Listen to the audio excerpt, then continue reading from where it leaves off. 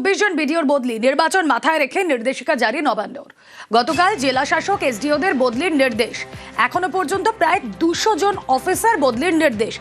নির্বাচন মাথায় রেখে কেন এই নির্দেশ, সোমরাজ আরো বিস্তারিত জানাতে পারবেন। সোমরাজ, জাতীয় নির্বাচন কমিশনের যেহেতু একটি নির্দেশ রয়েছে যে 3 বছর বা তার বেশি যে সমস্ত জেলাশাসক বা অতিরিক্ত জেলাশাসকরা কাজ করেছেন তাদেরকে বদলি করতে হবে, এমনকি উপনির্বাচনের কাজের সঙ্গেও যারা যুক্ত ছিলেন তাদেরকেও বদলি করতে হবে সংশ্লিষ্ট জেলা থেকে। জাতীয় নির্বাচন কমিশনের সেই নির্দেশকে মান্যতা দিয়েই গতকাল থেকে বদলি প্রক্রিয়া শুরু করেছে রাজ্য সরকার এবং গতকালই কয়েকটি জেলার জেলাশাসক এবং অতিরিক্ত জেলাশাসক পাশাপাশি এসডিওদের বদলি করা হয়েছিল। আজ 124 জন বিডিওকে বদলি করলো রাজ্য সরকার। মূলত নির্বাচনকে মাথায় রেখেই এই বদলি বলেই নবান্ন সূত্রে খবর। প্রায় দেখা যাচ্ছে গতকাল এবং আজ মিলিয়ে প্রায় সংখ্যাটা 250 জনেরও বেশি, অর্থাৎ রাজ্য প্রশাসনে সাম্প্রতিক সময় এত বড় রদবদল হয়নি। 250 জনেরও বেশি সরকারি আধিকারিকদের রদবদল করলো নবান্ন। মূলত নির্বাচনকে মাথায় রেখেই এই রদবদল করা হয়েছে। বেশ,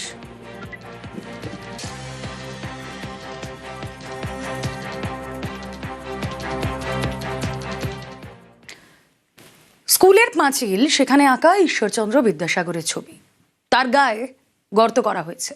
কেন্দ্রীয় বাহিনীর জওয়ানদের জন্য তৈরি হচ্ছে bio toilet. Bagbari Maniktala high স্কুলের শিক্ষকদের দাবি, টয়লেটের পাইপলাইনের জন্য বিদ্যাসাগরের ছবির নিচে গর্ত করা হয়েছে, এতে তাঁদের আপত্তি।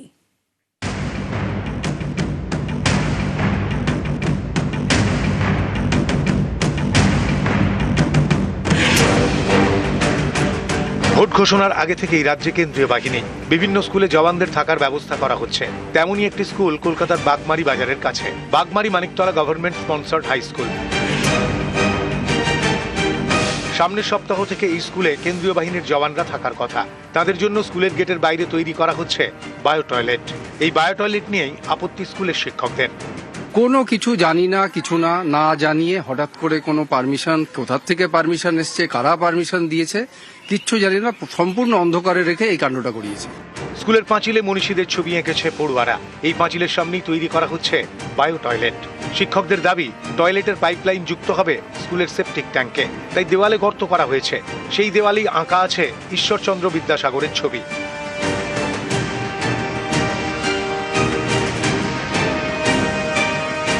দীর্ঘদিন ধরে এই স্কুলের যারা ছাত্র তারা এই দেওয়ালগুলিতে যামিনী রায়ের চিত্র থেকে শুরু করে বিদ্যাসাগর, রবীন্দ্রনাথ ঠাকুর তাদের চিত্র নিজের হাতে ফুটিয়ে তুলেছে।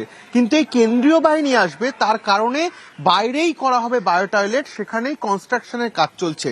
এবং ইতিমধ্যে শিক্ষকরা যে অভিযোগটা করছে, আজকে বলার পরও ঈশ্বরচন্দ্র বিদ্যাসাগরের যে ছবি, সেই ছবির নিচেই ভাঙা হয়েছে এবং সেখান থেকেই যে বায়ো টয়লেটের পাইপলাইন, সেই পাইপলাইনের কাজ করা হবে। আমি যখন স্কুলে আসছি তখন দেখলাম এরকম একটা কনস্ট্রাকশন হচ্ছে এবং প্রথমেই যেটা চোখে পড়েছে বিদ্যাসাগরের যে ছবিটা আঁকা হয়েছে দেওয়ালের নিচে, একটু বিশদৃশ্যভাবে একটা ইটটা ভাঙা হয়েছে ইত্যাদি। তারপরে আমি ওইখানে যিনি কন্ট্রাক্টর ভদ্রলোক ছিলেন তাকে জিজ্ঞাসা করলাম, তিনি বললেন আমাদের তো অর্ডার করেছে, সেই অনুযায়ী আমরা করছিলাম। কে অর্ডার করেছে? বললো মালিকতলা থানা। তারপর আমি এখানে আমাদের আরেকজন মাস্টারমশাই যিনি আজকে চার্জে আছেন তাকে বললাম, তিনি তখন আমাদের টিআইসির সঙ্গে যোগাযোগ করেন। টিআইসি আর এই কন্ট্রাক্টর ইতিমধ্যে মানিকতলা থানার সঙ্গে যোগাযোগ করেন। আমাদের টয়লেট সাফিসিয়েন্ট, ছেলেদের জন্য টয়লেট আমাদের এখানে আছে। এখন আমি আপনাকে একটু আগে দেখালাম যে আমাদের ভেতরে ওই টাব তৈরি করা হচ্ছে, ওরা স্নান করবেন বলে, সেটা ভেতরে হচ্ছে, কোনো কিছুকে ডিস্টার্ব না করে হচ্ছে, সেই নিয়ে আমাদের খুব বেশি আপত্তি নেই। এই ছবির সামনে যামিনী রায়ের যে ছবি ওরা এঁকেছেন, সেই ছবির সামনে বায়ো টয়লেট করে দেওয়া হচ্ছে। তার পাশ দিয়ে পিট যাওয়ার জন্য পাইপ বসানো হচ্ছে, ফাটিয়েও দেওয়া হয়েছে। ওসি বলছেন যে এটা আমরা সারিয়ে দেব, আমরা বায়ো টয়লেট তুলে নেব, মানে সমস্ত কিছু মিটে গেলে আমরা এটা সারিয়ে দেব এবং প্রয়োজন হলে শিল্পী দিয়ে বিদ্যাসাগরের ছবি আঁকিয়ে দেবো। ভুল সিদ্ধান্ত, যদি করারই ছিল আমাদের সাথে আলোচনা করতে পারলো। তারা একদিকে কেআইটি ল্যান্ড, ওরা দ্বিতীয়ত যেহেতু কাউন্সিলর অঞ্চলের, আমরা বলতে পারতাম আশেপাশে কোথায় করলে ভালো হবে এবং সেখানে স্কুলেরও প্রবলেম হবে না। বা স্কুলটা নতুন করে রং করা হয়েছে, পেন্ট করা হয়েছে এত সুন্দর, সেখানে আমার মনে হয় এই ধরনের সিদ্ধান্ত নেওয়া যারাই নিক ঠিক হয়নি, ভুল হয়েছে। রৌনক দত্ত চৌধুরী, নিউজ 18 বাংলা।